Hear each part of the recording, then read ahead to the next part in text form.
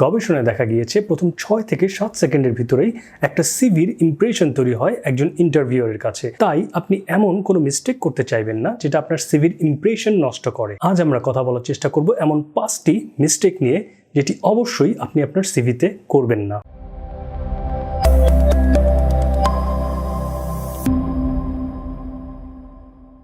প্রথম যে প্রবলেমটা নিয়ে কথা বলবো সেটা হলো যে অনেকেই যে কাজটা করেন একই সিভি সব জায়গায় সেন্ড করেন। এই কাজটি করা যাবে না।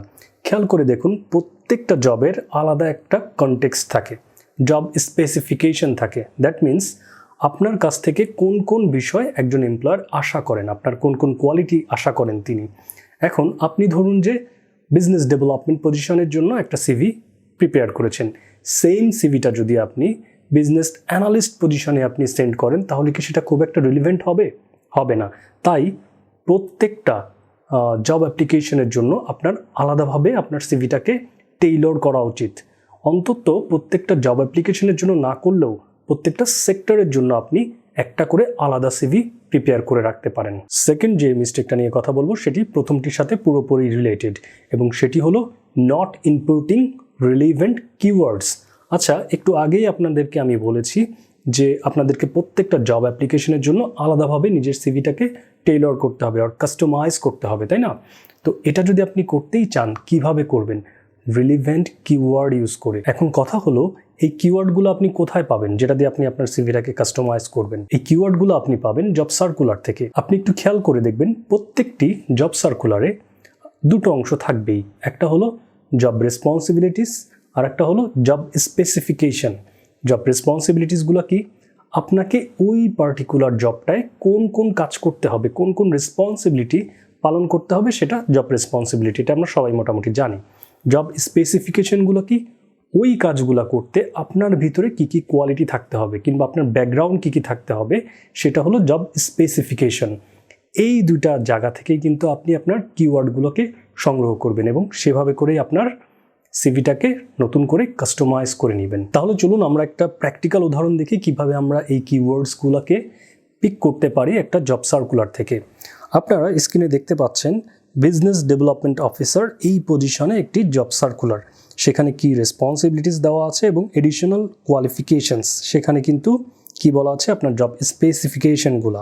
আচ্ছা, আমরা প্রথমে একটু খেয়াল করি কি রেসপন্সিবিলিটিসের প্রথম যে বুলেট পয়েন্টটা আছে সেই বুলেট পয়েন্টটায় কি বলেছে।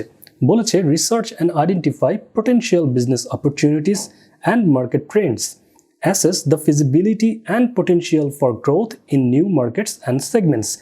এই যে প্রথম বুলেট পয়েন্টটা আছে এখানে কিন্তু আপনি কিছু কিওয়ার্ড পিক করতে পারেন, যেমন research and identify potential business opportunities. খেয়াল করে দেখুন, এইভাবে করে আপনি প্রত্যেকটা বুলেট পয়েন্টে কিছু কিওয়ার্ডস পেয়ে যাবেন। আপনাকে যেটা করতে হবে এই কিওয়ার্ডগুলো ইউজ করে আপনার প্রিভিয়াস এমপ্লয়মেন্টে যে জেডিটা আছে বা জব ডেসক্রিপশন আছে সেটাকে সুন্দরভাবে কাস্টমাইজ করতে হবে। এই কিওয়ার্ডগুলো পিক করুন, পিক করে আপনি আপনার প্রিভিয়াস এক্সপিরিয়েন্সের সাথে ম্যাচ করানোর চেষ্টা করুন। যেগুলো ম্যাচ করে সেগুলোকে এই কিওয়ার্ড ডিরেক্টলি ইউজ করে আপনি কাস্টমাইজ করে নেন, রিপ্লেস করে নেন, যেন কি হয় একজন এমপ্লয়ার বুঝতে পারে যে ঠিক আমি যা যা চাচ্ছি এই পার্সনটার ভিতরে ঠিক তাই ছিল, এই পার্সনটা এই কাজগুলোই করে এসেছে। যদি এমন হয় যে আপনি ডিরেক্টলি ওই কাজটা করেননি তাহলে তার রিলিভেন্ট যদি কোনো কাজ করেন সেটাকেও আপনি সুন্দরভাবে ইনপুট করে নিতে পারেন আপনার সিভিতে। আচ্ছা, যারা এক্সপিরিয়েন্সড না, যারা ফ্রেশার, তারা কি করবেন? তারা খেয়াল করে দেখুন এডিশনাল কোয়ালিফিকেশানে কিছু সফট স্কিল আর হার্ড স্কিলের কথা কিন্তু এই এমপ্লয়ার বলে দিয়েছেন।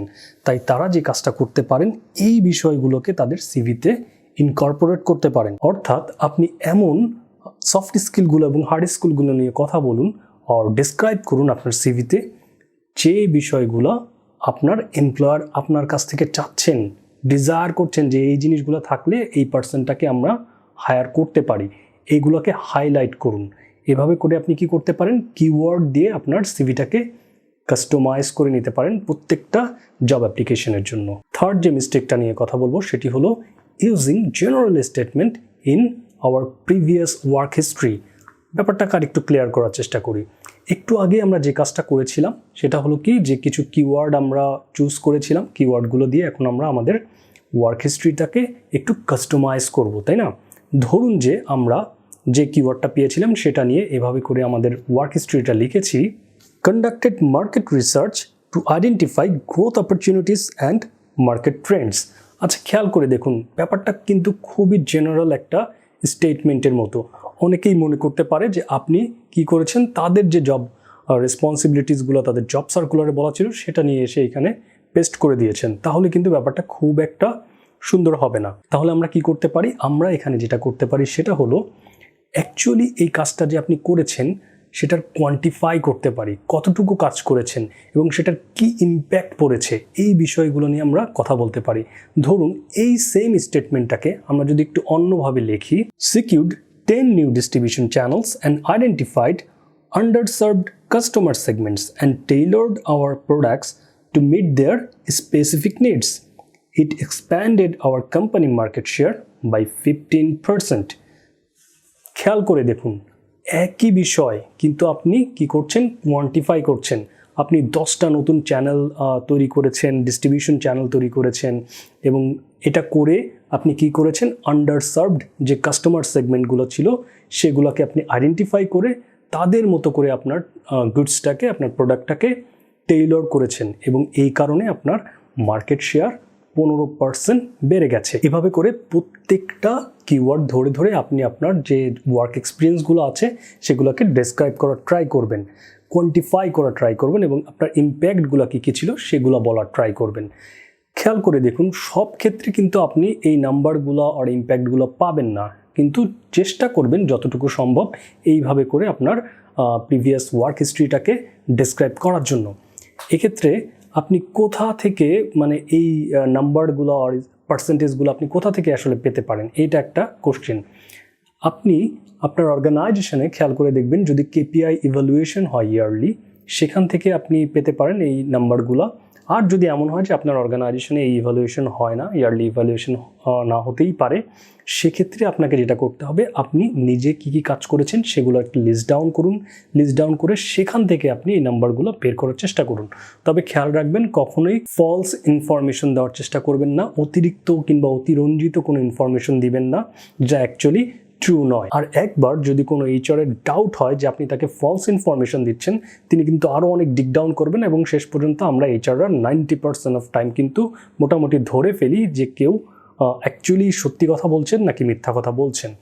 এই যে খেয়াল করে দেখুন, কেবল আমি একটা পার্সেন্টেজ ইউজ করেছি, তাই না, 90%। এই 90% আমি কেন ইউজ করেছি, কারণ আপনি যেন আসলেই বুঝতে পারেন যে হ্যাঁ, আমি যদি অ্যাকচুয়ালি একটা ফলস ইনফরমেশন দিই তাহলে তো আমি সেখানে ধরা খেয়ে যেতেই পারি। এই পার্সেন্টেজটা ইউজ করার কারণে আপনি কিন্তু কিছুটা হলেও চিন্তা করবেন যে না, আমাকে এই কাজটা করা যাবে না। এটাই হলো ইম্প্যাক্ট। ফোর্থ যে মিস্টেকটা নিয়ে কথা বলবো সেটা পুরোপুরি ফ্রেশারদের জন্য। অনেক ফ্রেশারই যেটা করেন সেটা হলো তাদের জব এক্সপিরিয়েন্সের যে সেকশনটা সেটাকে পুরোপুরি এমটি রাখেন। এই কাজটা করা যাবে না। আপনি খেয়াল করে দেখুন, আপনি কি লাইফে কোনো কাজ করেননি, কোনো এক্সপিরিয়েন্স আপনি নেননি?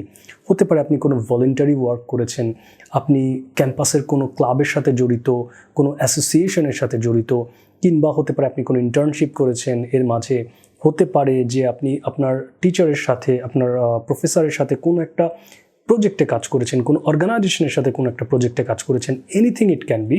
আপনাকে অবশ্যই এক্সপিরিয়েন্স সেকশনে এই বিষয়গুলোকে দেখাতে হবে। ধরুন আপনি আপনার ক্যাম্পাসের কোনো একটা ক্লাবের জয়েন্ট সেক্রেটারি, আপনি সেখানে বেশ কয়েকটা প্রোগ্রাম অর্গানাইজ করেছেন, সেখানে কি কি কাজ করেছেন, কোন কোন বিষয়ে কাজ করেছেন সেগুলোকে আপনি ডিসক্রাইব করুন এবং সেটা করতে যায় আপনার কোন কোন স্কিল ডেভেলপ হয়েছে সেটাও আপনি ডিসক্রাইব করতে পারেন।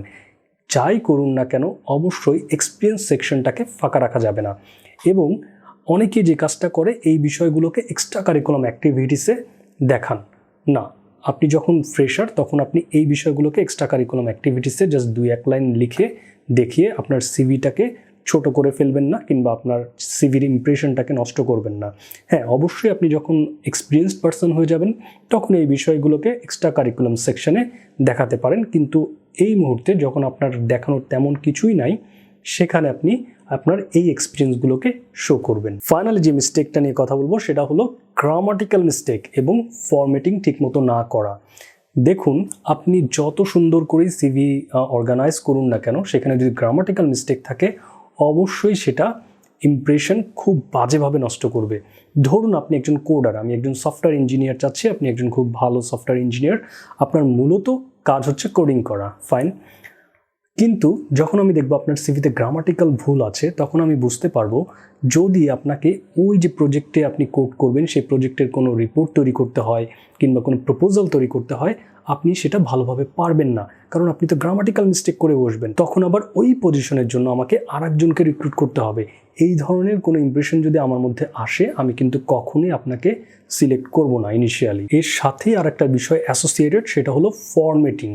আপনি অ্যালাইনমেন্টগুলো ঠিক রাখুন, আপনার ফন্টগুলো আপনি খুব ভালোভাবে চুজ করুন, ফর্মাল ফন্টগুলো ইউজ করুন, এরিয়াল ইউজ করতে পারেন, টাইমস নিউ রোমান, ক্যালিব্রি, তাহোমা, এই ফন্টগুলো যেগুলো একটু ফর্মাল সেগুলো ইউজ করুন আপনি।